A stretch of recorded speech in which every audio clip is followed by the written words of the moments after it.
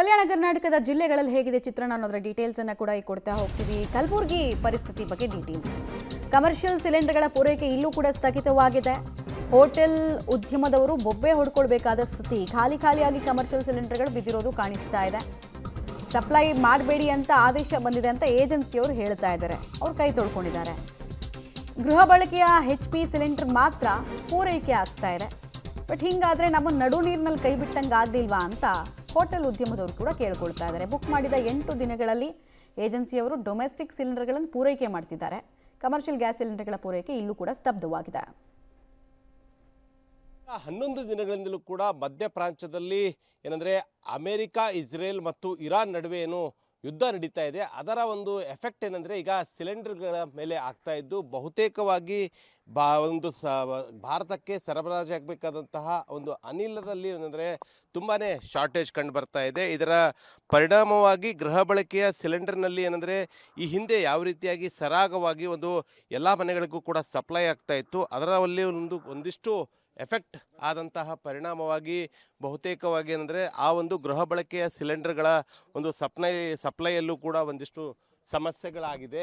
ಇನ್ನು ಅದೇ ರೀತಿಯಾಗಿ ಏನಂತಂದರೆ ಪ್ರಮುಖವಾಗಿ ಹೋಟೆಲ್ಗಳಿಗೆ ಸಪ್ಲೈ ಆಗಬೇಕು ಅಂತಂದರೆ ಕಮರ್ಷಿಯಲ್ ಸಿಲಿಂಡರ್ಗಳು ಸಪ್ಲೈ ಆಗಬೇಕಾಗಿತ್ತು. ಆದರೆ ಸದ್ಯ ಈಗಾಗಲೇ ನಿನ್ನೆಯಿಂದಲೂ ಕೂಡ ಕಮರ್ಷಿಯಲ್ ಸಿಲಿಂಡರ್ಗಳನ್ನು ಯಾವುದೇ ಕಾರಣಕ್ಕೂ ಕೂಡ ಸಪ್ಲೈ ಮಾಡದಂತೆ ಈಗಾಗಲೇ ಸುತ್ತೋಲೆಯನ್ನು ಈಗ ಹೊರಡಿಸಿದ್ದಾರೆ. ನಾವೀಗ ಕಲಬುರಗಿಯ ಒಂದು ನಂದೂರ್ ಇಂಡಸ್ಟ್ರಿಯಲ್ಲಿರುವಂತಹ ಒಂದು HP ಗ್ಯಾಸ್ನ ಆ ಒಂದು ಏಜೆನ್ಸಿ ಒಂದು ಘಟಕದಲ್ಲಿದ್ದೇವೆ. ಇಲ್ಲಿ ನೋಡ್ತಾ ಇದ್ದೀರಾ, ನಿನ್ನೆಯಿಂದಲೂ ಕೂಡ ಒಂದೇ ಒಂದು ಕಮರ್ಷಿಯಲ್ ಸಿಲಿಂಡರ್ ಕೂಡ ಇಲ್ಲಿಂದ ಸರಬರಾಜಾಗಿಲ್ಲ.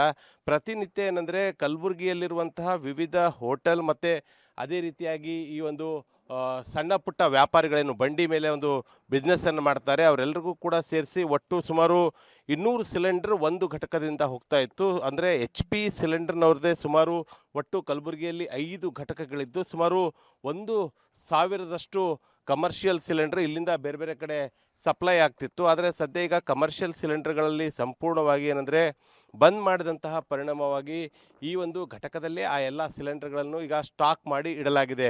ಪ್ರಮುಖವಾಗಿ ಯುದ್ಧದ ಒಂದು ಎಫೆಕ್ಟ್ನಿಂದ ಗೃಹ ಬಳಕೆಯ ಒಂದು ಜನರಿಗೆ ಯಾವುದೇ ರೀತಿಯಾದಂತಹ ಸಮಸ್ಯೆಗಳು ಆಗಬಾರ್ದು ಅನ್ನೋ ಏಕೈಕ ಕಾರಣಕ್ಕಾಗಿ ಸದ್ಯ ಕಮರ್ಷಿಯಲ್ ಸಿಲಿಂಡರ್ಗಳ ಒಂದು ಪೂರೈಕೆಯಲ್ಲಿ ಏನಂದರೆ ಸಂಪೂರ್ಣವಾಗಿ ಬಂದ್ ಮಾಡಲಾಗಿದೆ. ಇದರ ಎಫೆಕ್ಟ್ ಏನಂದರೆ ಬಹುತೇಕವಾಗಿ ರಾಜ್ಯಾದ್ಯಂತ ಸೇರಿದಂತೆ ಕಲಬುರಗಿಯಲ್ಲೂ ಕೂಡ ಹೋಟೆಲ್ ಉದ್ಯಮಕ್ಕೆ ಬಹುದೊಡ್ಡ ಹೊಡೆತ ಬಿದ್ದಿದ್ದು. ಯಾಕಂದರೆ ಅವರು ಏನಾದರೂ ಗೃಹ ಬಳಕೆ ಸಿಲಿಂಡರ್ಗಳನ್ನು ಬಳಕೆ ಮಾಡಿದ್ದೇ ಆದರೆ ಅವರ ಮೇಲೆ ಕೇಸ್ ಹಾಕುವಂತಹ ಕೆಲಸ ಆಗುತ್ತೆ. ಇನ್ನು ಗೃಹ ಬಳಕೆ ಸಿಲಿಂಡರ್ ಕೂಡ ಅವರು ಬಳಸುವಂತಿಲ್ಲ. ಇನ್ನು ಕಮರ್ಷಿಯಲ್ ಸಿಲಿಂಡರ್ ಬಳಸಬೇಕು ಅಂತಂದರೆ ಕಮರ್ಷಿಯಲ್ ಸಿಲಿಂಡರ್ ಸದ್ಯ ಈಗ ಸಪ್ಲೈ ಆಗದೇ ಇರೋದು ಹೋಟೆಲ್ ಉದ್ಯಮಕ್ಕೆ ಹೊಡೆತ ಬಿದ್ದಿದ್ದು. ಬಹುತೇಕವಾಗಿ ಹೋಟೆಲ್ಗಳು ಬಂದ್ ಆಗುವಂತಹ ಚಾನ್ಸಸ್ ಕಲಬುರಗಿಯಲ್ಲಿ ಕೂಡ ಇದೆ.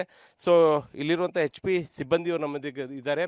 ಸರ್, ಯಾವಾಗಲಿಂದ ನಿಮ್ಗೆ ಸುತ್ತೋಲೆ ಬಂದಿದೆ ಮತ್ತು ಏನಂತ ಬಂದಿದೆ ಸರ್? 2 ದಿವಸ ಆಯ್ತು ಬಂದು, ಸ್ಟಾಕ್ ಇಲ್ಲ. ಈಗ ನೆಕ್ಸ್ಟ್ ಆದೇಶ ಬರೋವರೆಗೆ ಸ್ಟಾಪ್ ಮಾಡ್ತೀವಿ. ಆದೇಶ ಬಂದ ಮತ್ತೆ ಸಪ್ಲೈ ಶುರು ಮಾಡ್ತೀವಿ. ಈಗ ಕಮರ್ಷಿಯಲ್